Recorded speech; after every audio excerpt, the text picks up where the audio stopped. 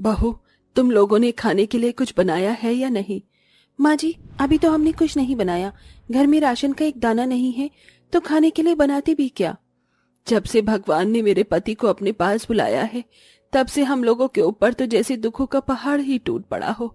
कभी घर में राशन नहीं होता तो कभी किसी की बीमारी में दवाई के लिए पैसे नहीं होते। ये परेशानियां हमारी और कब तक चलती रहेंगी, मुझे तो समझ ही नहीं आता। कोई बात नहीं माँ जी, एक ना एक दिन सब कुछ ठीक हो जाएगा। माता रानी पर भरोसा रखो, दुर्गा माता सब कुछ ठीक कर देंगी। अब तो दुर्गा माता के ऊपर ही भरोसा है कि वो कुछ तो करे। तभी गांव की एक औरत मिठाई का डिब्बा लेकर वैजयंती के घर में आती है। ये लो वैजयंती बहन, अपना मुंह मीठा करो, मेरी बहू को लड़का हुआ है, लड़का। ये तो बहुत खुशखबरी की बात है। मुबारक हो हेमलता बहन जी, तुम्हें पोता हुआ है और तुम दादी बन गई हो। अरे दादी तो मैं पहले ही बन गई थी। तुम्हें तो पता है कि मेरी बहू को 3 बच्चे हैं। हाँ हेमलता बहन, मुझे पता है कि तुम्हारी एक बहू को 3 बच्चे हैं। तुम्हारी तीनों बहू कब खुशखबरी दे रही हैं? अरे 3 बहू हैं, कम से कम इस घर में 6 बच्चे तो होने ही चाहिए थे। अरे अम्मा, अभी कैसी बातें कर रही हो? बच्चे करना हमारे हाथ में थोड़ी ना होता है, ये तो ऊपर वाले की देन है। जब वो चाहेंगे तब हमें होगा। दुर्गा माता हमें खाली कोख नहीं छोड़ेंगी, वो हमारी कोख जरूर भरेंगी। हाँ हाँ, बैठे रहो भ्रम में, कभी ना कभी तो तुम बांझों की गोद भर ही जाएगी। हेमलता इतना कहकर वहां से चली जाती है, लेकिन इस बात का वैजयंती को सबसे ज्यादा बुरा लगता है और वो उसी वक्त रोने लगती है। ऐसी कड़वी बातें लोग कैसे बोल लेते हैं अपने मुंह से। हे दुर्गा माँ, हमारी मदद करो, और कब तक मेरी तीनों बहू बिना संतान के रहेंगी? तभी उनके घर के बाहर एक बूढ़ी औरत आती है। अरे घर पर कोई है तो मुझे कुछ खाने को दे दो, बहुत भूखी हूँ, कई दिनों से कुछ खाया नहीं है। एक बूढ़ी औरत की दुआ लगेगी। बूढ़ी औरत घर के दरवाजे पर खड़ी होती है। अरे अम्मा, तुम ऐसे समय पर आई हो जब हमारे घर में एक दाना तक नहीं है। तभी अंदर से वैजयंती की तीनों बहुएं कच्चे पक्के उबले चावल लेकर आती हैं।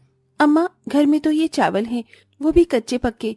गैस खत्म हो गई थी इसलिए बन नहीं पाए। वैसे हम आपको कच्चे चावल देना तो नहीं चाहती थी, पर आप बहुत दुखी हो, इससे आपका कुछ तो पेट भरेगा। बूढ़ी औरत कच्चे चावल ही खा लेती है। इसके बाद वो बूढ़ी औरत वैजयंती से कहती है, तुम्हारी तीनों बहू बच्चे नहीं दे पाई। अगर तुम चाहती हो कि वो तुम्हारे पोते पोती जने, तो तुम्हें वैष्णो मंदिर जाकर माता रानी से मन्नत मांगनी होगी। वैष्णो देवी माँ का मंदिर तो बहुत दूर है, फिर मैं वहाँ कैसे जाऊंगी अपनी तीनों बहू के साथ? जिसके मन में श्रद्धा होती है वो माता रानी के द्वार पर जरूर पहुंच जाता है। तुम भी जरूर जाओगी। बूढ़ी औरत इतना कहकर वहां से चली जाती है। उसके जाने के बाद वैजयंती उस रात खूब सोचती है। मेरे तीनों बेटे तो शहर में कमाने गए हैं, अब मैं किससे मदद मांगू, कैसे जाऊंगी अपनी तीनों बहू को लेकर वैष्णो देवी के मंदिर?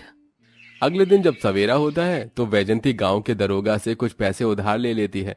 उसके बाद वो उन पैसों से बस का किराया लगाकर अपनी तीनों बहू के साथ वैष्णो मंदिर जाने के लिए निकल पड़ती है। उसके पास केवल इतने ही पैसे थे कि वो अपना किराया लगा सके। वो वैष्णो देवी की चढ़ाई करते हुए बहुत ज्यादा थक जाते हैं। माँ जी, बहुत जोर से भूख लगी है। भूख तो मुझे भी लगी है, और पता नहीं कब तक हम लोगों को ये चढ़ाई चढ़नी होगी। चिंता मत करो, हमारी मेहनत का फल देवी माँ हमें जरूर देंगी। अब पीछे मत हटो। तीनों बहू और वैजयंती हिम्मत करके वैष्णो देवी के मंदिर के ऊपर पहुंच जाते हैं, जहां उनकी बहुत बुरी हालत हो जाती है। बिना पानी के उनका गला भी सूख जाता है। अचानक से तीनों बहू वहीं पर बेहोश हो जाती हैं। हे भगवान, ये क्या हो गया? कोई पानी दे दो, मेरी तीनों बहू बेहोश हो गई है। हे देवी माँ, तुम ही कुछ करो ना, इन्हें क्या हो गया है? वैजयंती ने इतना कहा ही था कि अचानक से वहां एक पानी का प्याला प्रकट होता है। वैजयंती उसे उठाकर अपनी तीनों बहुओं को पिलाती है। तभी वहां देवी माँ प्रकट होती हैं। वैजयंती सुनो, वैजयंती परेशान मत हो मेरे बच्चों। अरे वैष्णो देवी माँ, आपके दर्शन हो गए मुझे। माँ, मैं तो धन्य हो गई आपके दर्शन पाकर। रो मत वैजयंती, मैं हूं ना, यहाँ अब परेशान होने की जरूरत नहीं है। मैं सभी अच्छे और सच्चे भक्तों के दिल में वास करती हूँ। मांगो, तुम्हें मुझसे क्या चाहिए? क्यों मिलने आ रही थी तुम मुझसे? मैं यहाँ खास अपनी तीनों बहुओं को आपके दर्शन करवाने के लिए लेकर आई थी। सुना है जो कोई भी आपके दर्शन करता है वो खाली हाथ नहीं जाता। देवी माँ, मेरी तीनों बहू की झोली भर दो, उनकी कोख आज तक सूनी है। तुम्हारी भक्ति की लगन से मैं बहुत प्रसन्न हूँ, इसीलिए मैं तुम्हारी तीनों बहू को वरदान देती हूँ। तभी तीनों बहू के पेट पर एक चमकती हुई रोशनी देवी माँ के हाथों से निकलती है।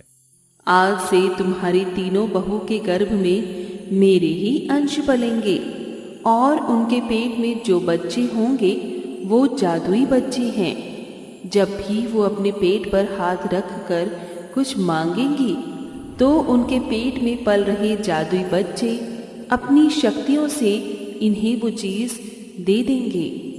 लेकिन याद रखना, जैसे ही ये बच्चे इस दुनिया में कदम रखेंगे इनका जादू हमेशा के लिए चला जाएगा। इतना कहकर देवी माँ वहां से गायब हो जाती हैं।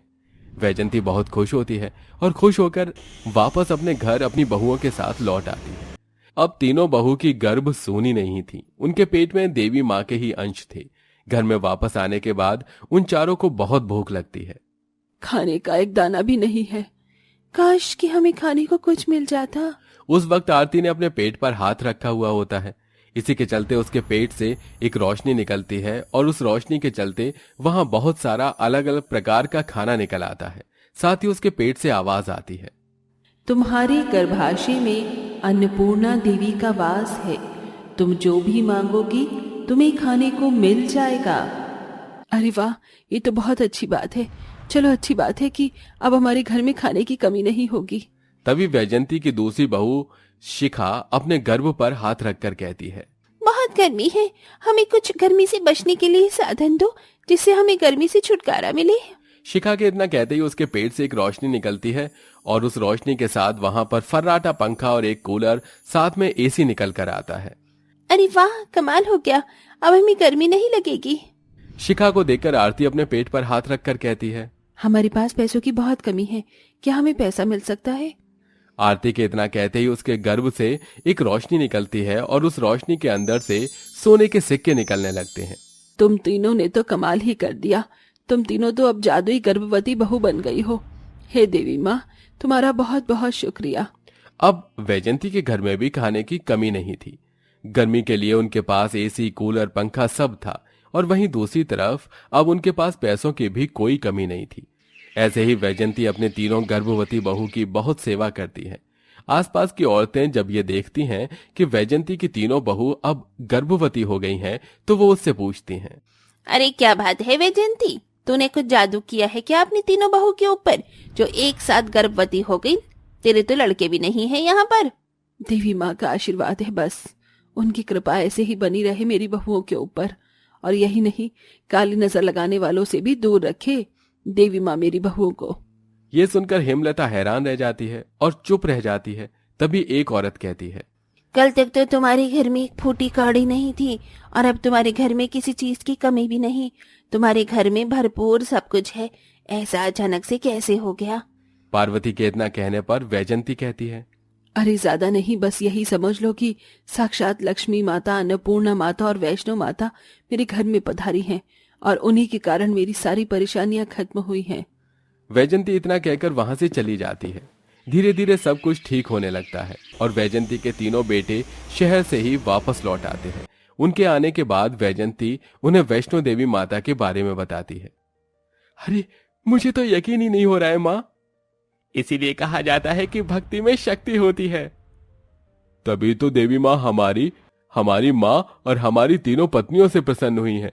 वैसे मैं ये सोच रहा था कि इस घर की जादुई बहुएं अपने जादू से और भी गरीब बेसहारा लोगों की मदद कर सकती हैं। हाँ बेटा, तेरा कहना बिल्कुल सही है। जब माता रानी का इतना बड़ा आशीर्वाद है तीनों जादुई बहू के ऊपर, तो फिर हम उनकी मदद से गरीब लोगों की मदद कर सकते हैं। माँ जी, हम बहुत खुश हैं।